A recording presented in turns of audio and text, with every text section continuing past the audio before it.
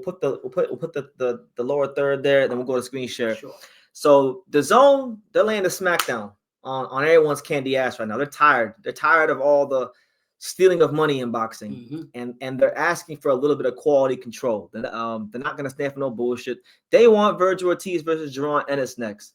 Supposedly they have the March 28th date already on hold for the MGM Grand, which is supposed to be for that fight.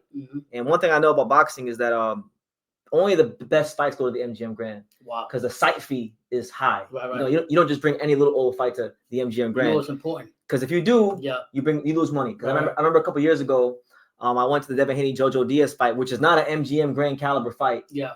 And let's just say it wasn't exactly full. Right. So you only bring the biggest and best to the pinnacle of boxing, which is the MGM Grand. No Danny Garcia fight, no Earl Spence fight. They want Boots, they want Vergil, they want it next. And I think most of us in boxing feel the same way. Do you feel the same way, Pops? Yeah, I think for me, we were talking about this before the show started. For my personal opinion with that is that you got two guys.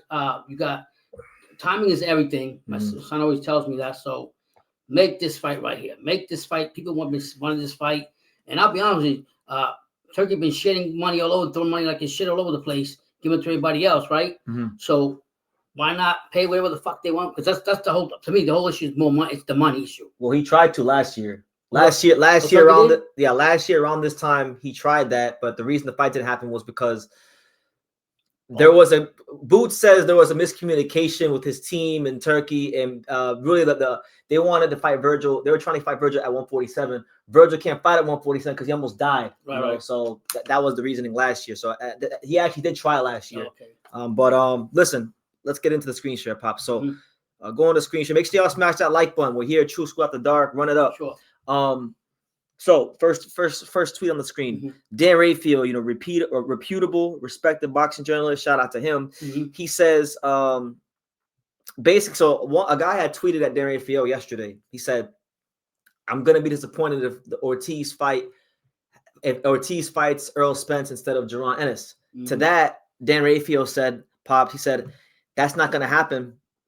Per source, Dazn, which has dibs on Vergil Ortiz fights, will not allow that fight to happen. Dazn is also exerting intense pressure on Golden Boy to get the Ennis fight done." Yeah, I mean, I'll be honest with you, and I don't really pay attention to everything, but I did pay attention to the face-off and in the ring when De La Hoya came on and said, "Oh, don't worry, the fight's gonna be done. We got it done. It's already set." And this and that. And then sometimes my son will throw a curve at me or troll me. Sometimes I tell him, "Are you trolling me?" With him? "No, they're not gonna have the fight." I said, "Right, please don't tell me this." And so I was for sure 100% thought the fight was already made. They agreed on it. But like my son says, my son has three requirements. Oh yeah. Like for me, and for those of you who are new here that don't know how I am, when it comes to like these reports that fights are done, I don't want to fucking hear about reports that fights are done. I need to see the fight poster. I don't care if the most respectable boxing journalist, like even with Angelo, right? Like Angelo, like for example, like Angelo Leo, we'll talk about him here in a second. Like his fight got announced, and I've known about it for a while. Like I've been knowing about the Angelo Leo Diamante fight for months on end now. Like I knew that was an opponent that we were probably gonna fight. Right.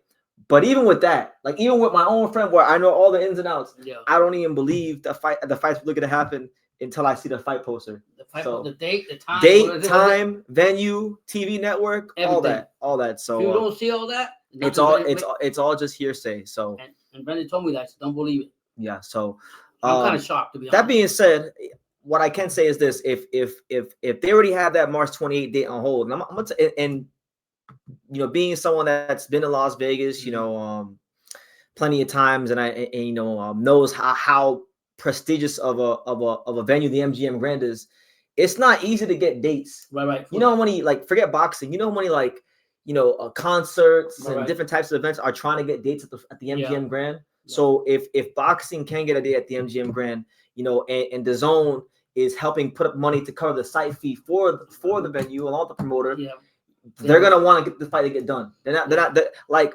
But let's play devil advocates here, right? Like I was telling you before we went on live, I was saying that maybe, and I could be wrong, maybe Vergil coming out saying that he wanted to fight Spence because they're both from Texas, and they probably the fight will sell a lot more than Boots, and they'll probably make more money for that fight. You don't think so? Like you're saying, like if he fights Spence and beats him, that raises Vergil's profile more? No, I'm just basically that both fighters are from Mexican followers from Texas and everywhere else, and then you got Spence from Dallas. So that's for the venue and everything. I think that for me would sell more. Not in Vegas. No, not in Vegas, but in Texas. Right, Texas the stadium. It'd be a big fight where they'll make money off of that. I can see what Vergil's saying that. But at the same time, it comes to supply and demand, what the public wants. Now, one thing the viewers might not understand, and one thing that might get lost in the sauce of like all the hype and hoopla is that for a lot of these fighters, when you get to a certain level, like when you're a guy like Vergil Ortiz or Jaron Ennis or just anybody at that championship level who has commercial value, when you sign an exclusive deal with the promoter, right? That promoter normally is allowed a network, and that network in most contracts they have what they call the right of first and last refusal. Oh wow! See, I've been reading these boxing contracts a lot recently. He's not a lawyer. They have the right of first and last refusal, meaning that you could have like you could have your plans, but the network still has to be aligned with agreement. They have to be in agreement with that. They have to feel like it's commercially viable enough. Now, a lot of you may say like, BT, is that true? How can that be true? Because we see so many terrible fights in the sport of boxing, which is true.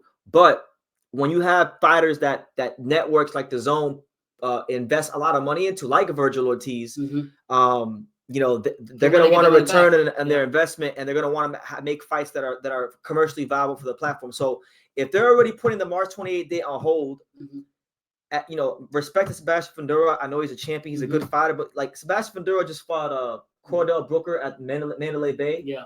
And the crowd was so small, he could have hugged the whole crowd in 5 minutes and been in the car ready to go home. Like it was, so he's not really, even though he's a fun fighter, for whatever reason, he's not a ticket seller. Right. Now Vergil and Boots, and because I've seen both fan bases doing this, like I've seen people saying, well, Boots didn't sell out this fight in his hometown, and Vergil didn't sell out when he fought Lubin, which is true, which is true.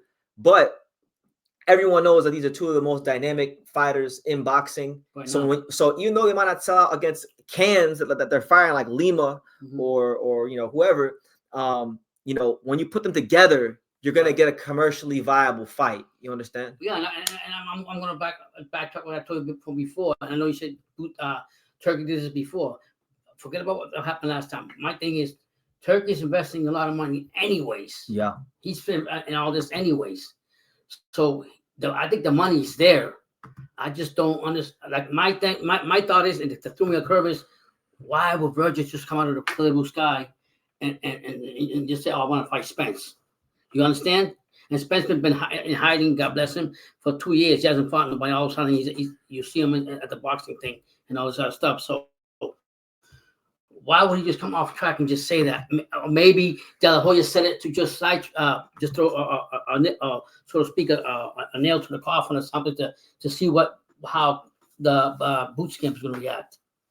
Yeah, I mean, look, I don't know how the hell is 2025 and Errol Spence is a factor in this. Like, he hasn't boxed, he hasn't wanted to box. I guess now we'll get to it later on. Now I guess Roy Jones is going to train him, which is not surprising to me because I actually heard it through the grapevine like 2 months ago because you told me, I didn't believe you, and I told my dad about it like 2 months ago, but like it wasn't public information, so I couldn't really talk about it. But now it's out there, so I can. Yeah, it's a thing now.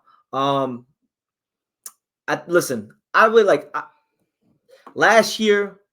Jaron Ennis, I feel, avoided the Vergil Ortiz fight. He turned it down, right, because of the whole quote unquote miscommunication about the weight classes and the contract, right? That was on him. But you got to be fair. This time, right, I feel like the onus is it's more on Vergil Ortiz.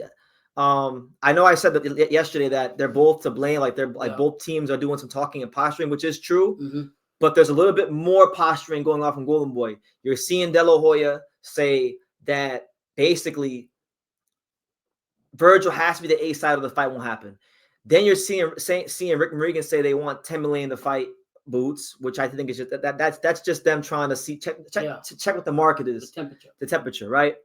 And then you got Vergil, and you got the fighter himself, saying he wants Errol Spence Jr. So on all fronts, from the manager to the promoter to even the fighter, Yeah. They are saying things and they are doing things that is making it appear as if right now they are not in a rush to fight Jaron Ennis. Yeah, I was watching that. Shout out to Greg Hackett from Philadelphia and the Philly folks over there. Even though I talk a lot of shit about them, I was watching him today, and he said even if Vergil wanted to fight, Vergil has himself, his father, his manager, and a promotional company against his opinion to fight Boots, like 4-1, like how Greg Hack said, he's outvoted.